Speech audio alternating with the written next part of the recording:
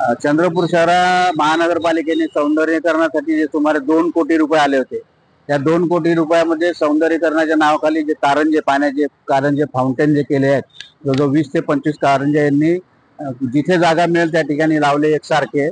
त्याचं देखभाल दुरुस्ती त्या संबंधित कॉन्ट्रॅक्टरला ज्याला काम दिलं होतं त्याच्याकडे असताना सुद्धा त्यांनी त्याकडे दुर्लक्ष केलेलं आहे. आता 1.5-2 वर्ष झाले ते बनवून त्याच्यामध्ये पूर्ण घाण पाणी आणि त्याच्यात पाण्याची सोय नाही, विद्युत व्यवस्थेची सोय नाही.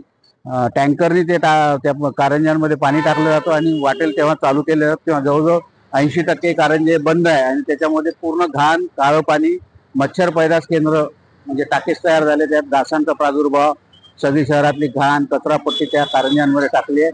एकंदरीत पूर्ण शहरातल्या सौंदर्यीकरणासाठी उभे केलेले पाण्याचे कारंजे फाउंटेन पूर्ण आता भंगार अवस्थेत पडलेले आहे आणि संपूर्ण पालिका प्रशासनाचं दुर्लक्ष आहे. संबंधित झोनचे अधिकारी त्यांचं लक्ष नाही, महानगरपालिका आयुक्तांचं लक्ष नाही.